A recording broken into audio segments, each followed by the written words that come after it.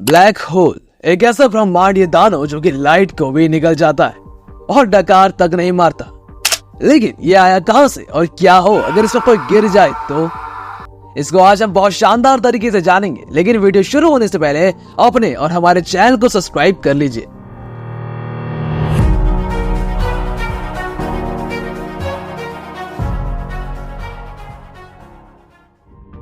सबसे पहले black hole बनता कैसे है। स्टार्स में हाइड्रोजन एटम के मैसिव कलेक्शन होता है जो कि अपने ही ग्रेविटी में कोलैप्स करते रहते हैं। उससे उस स्टार के अंदर एक कोर बनता है जिसमें न्यूक्लियर फ्यूजन होता है, जिसमें हाइड्रोजन एटम क्रश होकर हीलियम एटम में बदल जाते हैं, जिससे बहुत ही बड़ी मात्रा में एनर्जी रिलीज होती है और यही एनर्जी रेडिएशन के फॉर्म में ग्रेविटी की स्टार के अंदर ढकेलती रहती है, जिससे एक बैलेंस मेंटेन रहता है जो कि स्टार को अपने फॉर्म में बनाए रखता है। ये बैलेंस रेडिएशन और ग्रेविटी के बीच होता है। जब तक स्टार के कोर में न्यूक्लियर फ्यूजन होता रहेगा तब तक वो स्टार बैलेंस रहेगा। लेकिन जो स्टार हमारा सूरज से बड़ा होता है वो स्टार का कोर में इतना ज्यादा हीट और प्रेशर डेवलप हो जाता है जिससे उस स्टार के कोर में आयरन मेटल बनने लगते हैं और बाकी जितने भी एलिमेंट्स एक ही स्टार के अंदर होते हैं वो सब एलिमेंट्स फ्यूजन प्रोसेस से एनर्जी जनरेट करते हैं। लेकिन आयरन कोई भी एनर्जी जनरेट नहीं करता। ये आयरन धीरे धीरे स्टार के कोर में बड़ा होने लगते हैं और जो बैलेंस रेडिएशन और ग्रेविटी के बीच होता है वो बिगड़ जाता है और स्टार का कोर कोलैप्स कर जाता है। फ्रैक्शन ऑफ सेकेंड के अंदर वो स्टार ब्लास्ट कर जाता है और लाइट के 1/4 स्पीड से घूमने लगता है और आसपास के जितने भी मैटर वो सबको अपने अंदर समाने लगता है और इसी रीजन की वजह से यूनिवर्स का सबसे भारी एलिमेंट का क्रिएशन होता है। और कभी भी कोई स्टार सुपरनोवा के एक्सप्लोजन से मरता है तब इसी एक्सप्लोजन के स्टार से न्यूट्रॉन स्टार बनता है।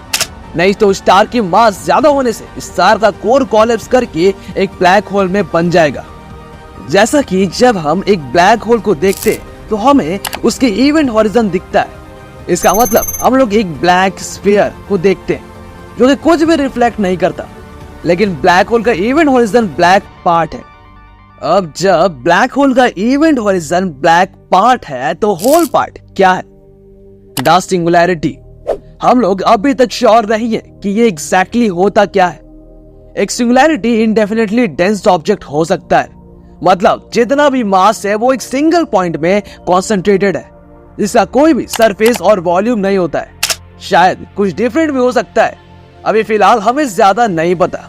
बाय द वे मैं एक और चीज बता दूं कि ब्लैक होल वैक्यूम क्लीनर की तरह सब कुछ क्लीन नहीं करता।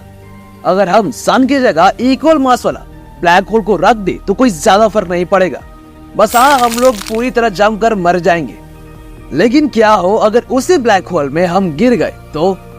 ब्लैक होल के आसपास का टाइम डिफरेंस चलता है। मेरे पर्सपेक्टिव से आप जैसा इवेंट हॉरिजन के पास जाएंगे आप धीरे होते नजर आएंगे, इसलिए आपके लिए टाइम वहां स्लो हो जाएगा। फिर एक पॉइंट के बाद आप टाइम में फ्रीज होते हुए दिखेंगे, धीरे से लाल हो जाओगे और फिर गायब हो जाओगे और आपके व्यू से आपका पूरा यूनिवर्स फास्ट फॉरवर्ड पे दिखेगा जैसा कि आप फ्यूचर देख रहे हो। फिलहाल के लिए तो हमें अभी कोई कंफर्मेशन नहीं है कि इसके बाद क्या होगा, लेकिन दो थ्योरी ऐसी है जो कि बताती है कि इसके बाद क्या हो सकता है। थ्योरी 1 जिसे हमें बताया गया है कि इसके बाद आपकी मौत तुरंत हो जाएगी। एक ब्लैक होल स्पेस कर्वेचर को इतना बेंड कर देता है कि जब आप इवेंट हॉरिजन के अंदर जाते हो तो आप सिर्फ एक ही डायरेक्शन में मूव कर सकते हो। इसको ऐसा मानो कि आप किसी एक स्मॉल ब्लैक होल में गिर गए और आप उस ब्लैक होल के इवेंट हॉरिजन तक पहुंचते पहुंचते आपकी बॉडी पूरी तरह बिखर कर सिंगुलैरिटी की तरफ बढ़ती जाएगी। लेकिन ठीक वही अगर आपका सामना बड़े ब्लैक होल से हो और आप अगर इसके अंदर भी गिर गए तो आप इवेंट हॉरिजन को आराम से पार कर लोगे और आपकी बॉडी के ऊपर कोई इफेक्ट नहीं पड़ेगा। लेकिन इसमें भी एक प्रॉब्लम है, अब जैसे ही एक इवेंट हॉरिजन को पार कर लोगे तो आपका वहां से फिर वापस आने का कोई चांस नहीं बचेगा। ब्लैक होल के अंदर एक ग्रेविटेशनल सिंगुलैरिटी होने के कारण आप उसके अंदर खींचते चले जाओगे, फिर आपका बॉडी का हर एक सेल अलग अलग पार्ट में टूटकर उस सिंगुलैरिटी में समा जाएगा और आपका वजूद हमेशा के लिए खत्म हो जाएगा। हालांकि ये सब बस एक थ्योरी है, लेकिन ब्लैक होल्स तो और भी कई डिफरेंट टाइप्स के भी होते हैं, जैसा कि मिनी ब्लैक होल, जिसे हम स्टेलर ब्लैक होल भी कहते हैं। ये ब्लैक होल की मास हमारे सन से थोड़ा ज्यादा होता है और इसका डायमीटर एक एस्टेरॉइड जितना बड़ा होता है। ये ब्लैक होल बहुत ही कॉमन होते हैं। ये किसी किसी गैलेक्सी में 10 मिलियन से लेकर 1 बिलियन तक भी हो सकते हैं। इसके बाद आता है सुपर मैसिव ब्लैक होल, जो हमें हर एक गैलेक्सी के हार्ट यानी सेंटर में मिलता है, जो अरबों सालों से कई प्लैनेट को खाते आ रहे हैं। वैसे करंटली में दो largest super massive black hole जो हमें पता है वो S50014+81 है, जो कि हमारे सन से 40 बिलियन टाइम मैसिव है और 236.7 बिलियन किलोमीटर जितना बड़ा इसका डायमीटर है, जो कि यहाँ से 12.07 बिलियन लाइट ईयर दूर सेफियस कॉन्स्टेलेशन में लोकेटेड है।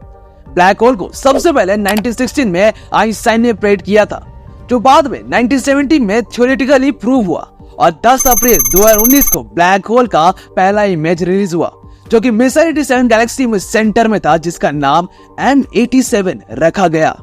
सो गाइस, वीडियो तो यहाँ खत्म हो गई, लेकिन ब्लैक होल की मिस्ट्री शायद कभी खत्म ना हो। अगर आपको इस टॉपिक में और वीडियो चाहिए तो वीडियो को पहले लाइक कर लीजिए और जल्दी ही मिलते हैं नेक्स्ट वीडियो में। तब तक के लिए गुड बाय।